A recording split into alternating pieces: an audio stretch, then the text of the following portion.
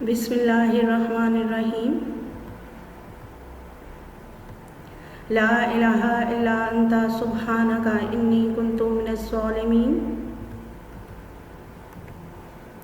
अस्सलामु अलैकुम अज़ीज़ तुलबा व तालिबात, जमात नहम। आज का हमारा जो टॉपिक है वो बहादुर शाह ज़फ़र गज़ल नंबर 4 से ताल्लुक़ रखता है।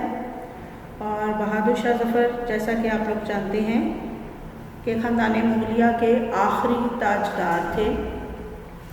तो सबसे पहले मैं थोड़ा सा इनके बारे में तारुफ़ी वाक़यात बयान करूँगी कि जब उन्होंने बादशाहत संभाली थी उस वक्त मुग़लिया इक़्तिदार का आखिरी दौर चल रहा था और सन 998 से लेकर 1857 तक तकरीबन 800 साल तक बरे-सग़ीर पर मुस्लिम हुक्मरानों का राज था।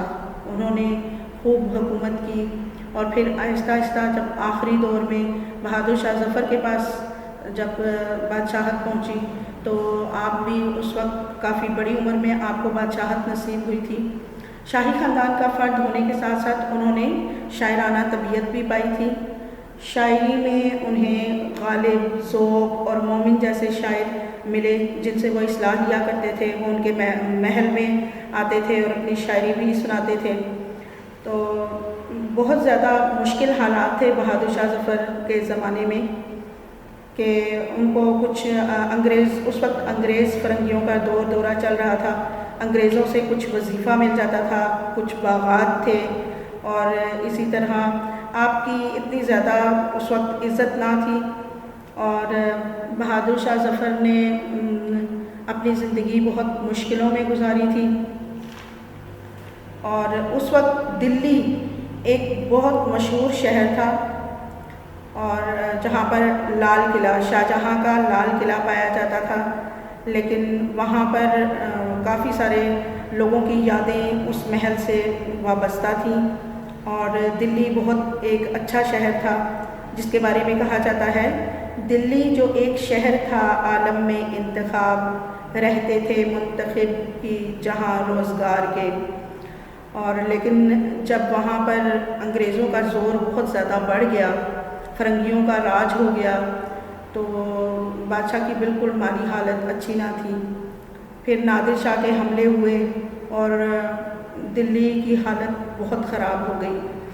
घोड़ों ने वहाँ पर लूट मार मचा दी और फ़रंगियों ने जाते जाते जो तकसीम का कांटा वहाँ फेंका वो आज भी बाकी है। हालांकि इस हमले से पहले मुसलमान और हिंदू सब इकट्ठे रहते थे। अगर कोई भी त्यौहार होता था या हिंदुओं का या मुसलमानों का तो सब लोग मिलकर वो त्यौहार मनाते थे। लेकिन इस हमले के बाद जो है वो एक तकसीम सी हो गई। और दिल्ली के बारे में कहा जाता है कि दिल्ली का बहुत बुरा हाल था। दिल की वीरानी का क्या मज़कूर, ये नगर 100 बार लूटा गया। तो बहरहाल बहादुर शाह ज़फ़र जो थे उन्होंने 1857 की जंग आज़ादी में उनसे इक़्तिदार छीन लिया गया था। उनके बेटों को कत्ल कर दिया गया था और अंग्रेज़ों ने उन्हें जिला वतन करके रंगून में भिजवा दिया और जो आजकल यंगून के नाम से जाना जाता है। और बर्मा में नज़रबंद किया गया उनको वहाँ पर।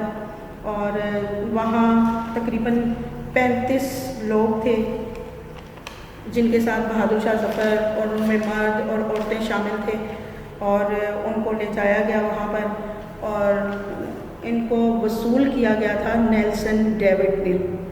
और वहाँ उन्हें समझ में नहीं आ रही थी कि अब बहादुर शाह ज़फ़र एक बादशाह थे तो उनका मुकदमा कहाँ चला जाए और उन्हें कौन सी जेल में डाला जाए।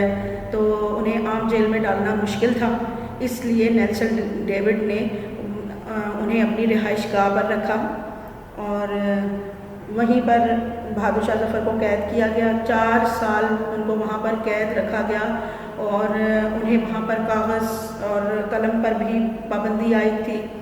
बहरहाल ये अरसा उनका बहुत मुश्किल से गुज़रा और आखिरी आरामगाह भी उनकी वहीं पर थी, उसी पोर्च में थी और کہتے ہیں کہ وہاں پر بہت زیادہ جب آخر میں ملازم جو وہاں پر تھا اس نے بہت زیادہ واویلا کیا کہ بادشاہ کی طبیعت بہت خراب ہے، ایک کوئی کھڑکی کھلوا دی جائے، لیکن جو انگریز کیپٹن تھا اس نے اسے ڈانٹ کر چھڑک دیا کہ تمہیں نظر نہیں آ رہا کہ میں اپنے کتے کے ساتھ مصروف ہوں، اس کا کام کر رہا ہوں۔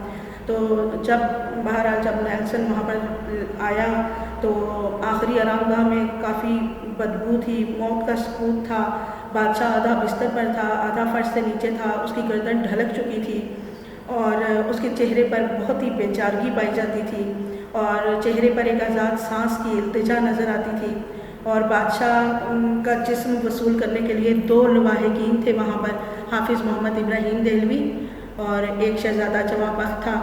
بہرحال ان دونوں نے مل کر انہیں کفن پہنایا، نماز جنازہ پڑھایا، اور پورے رنگون میں 2 گز زمین نہ تھی جو بادشاہ کو میسر آتی، تو انہیں ایک سرکاری احاطے میں دفن کیا گیا تھا، اور وہاں پر کوئی قاری میسر نہ تھا جو اتنے بڑے بادشاہ کی قبر پر تلاوت کرتا۔ تو قاری حافظ ابراہیم نے سورہ توبہ کی آیات تلاوت کی اور انہیں بہت رونا آیا بادشاہ کی اس بیچارگی پر، اور پھر یہ سب کچھ دیکھ کر انگریز کیپٹن نیلسن ڈیوڈ کی آنکھوں میں بھی آنسو جاری ہو گئے اور اس نے انہیں سلوٹ پیش کیا آخری وقت میں۔ تو یہ ایک بادشاہ کی کہانی تھی، تو ہمیں اس سے سبق بھی حاصل کرنا چاہیے، اور اس میں یہ پتہ چلتا ہے کہ انہوں نے اپنی زندگی کے آخری سال انتہائی قسم کرسی میں گزارے تھے۔ بہادر شاہ ظفر کے کلیات میں 30,000 سے زیادہ اشعار تھے۔ اب یہ آپ کو اسکرین پر تعارف نظر آ رہا ہے، تھوڑا سا ان کا تعارف مزید دیکھ لیتے ہیں، اور یہ آپ نے اپنی نیٹ کاپی میں اسی طرح سے لکھنا ہے۔ پیدائش، کلیات، بادشاہت، پھر آپ نے کون کون سے شعراء کرام سے اصلاح لی، آپ کا اقتدار کب چھینا گیا، پھر جلا وطن کر کے آپ کو کہاں بھیجا گیا، پھر آخری سال آپ نے کہاں پر گزارے، پھر کلیات میں اشعار کی تعداد کتنی تھی، یہ سارا اس کے تمام جوابات آپ کی درسی کتاب میں دیے گئے ہیں، آپ نے وہاں سے دیکھ کر لکھنے ہیں۔ بہادر شاہ ظفر کے کلیات میں 30,000 سے زیادہ اشعار تھے۔ انہوں نے سبھی اصناف شاعری کا مطلب ہے شاعری کی اقسام میں طبع آزمائی کی، طبع آزمائی سے مراد ہے کوششیں کی، لیکن وہ سب سے زیادہ ان کی پہچان غزل کی وجہ سے ہوتی ہے، جس میں سوز و گداز یعنی درد و غم کے مضامین پڑھنے والوں کو متاثر کرتے ہیں۔ بادشاہ کی زندگی میں تھوڑی اداسی ان کی شاعری میں بھی اور ان کی زندگی میں بھی اداسی پائی جاتی تھی، اسی لیے ان کی غزل میں درد و غم کے مضامین پائے جاتے ہیں، اور زبان کی صفائی اور روزمرہ کے استعمال نے ان کی غزل کو ایک خاص رنگ عطا کیا، اور وہ اچھی غزل کو یعنی غزل کہنے والے شاعر ان میں ان کا شمار ہوتا تھا۔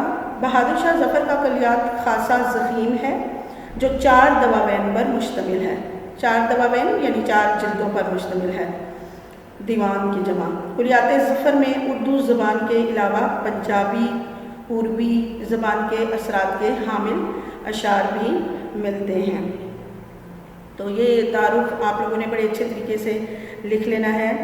اس کی پیدائش، وفات اور تمام جو کلیات کے بارے میں نے آپ کو بتایا ہے یہ آپ لوگوں نے یاد بھی کرنا ہے اور اس کو بڑے اچھے طریقے سے اپنی کاپی پر لکھنا ہے۔ میں امید کرتی ہوں کہ آج بہادر شاہ ظفر کا تعارف آپ کو سمجھ میں آ گیا ہوگا۔ اس سے ریلیٹڈ اگر آپ کو کوئی بھی سوال کرنا ہے تو آپ واٹس ایپ نمبر پہ اپنا سوال بھیج سکتے ہیں۔ اجازت چاہتی ہوں، اللہ آپ کا حامی و ناصر ہو۔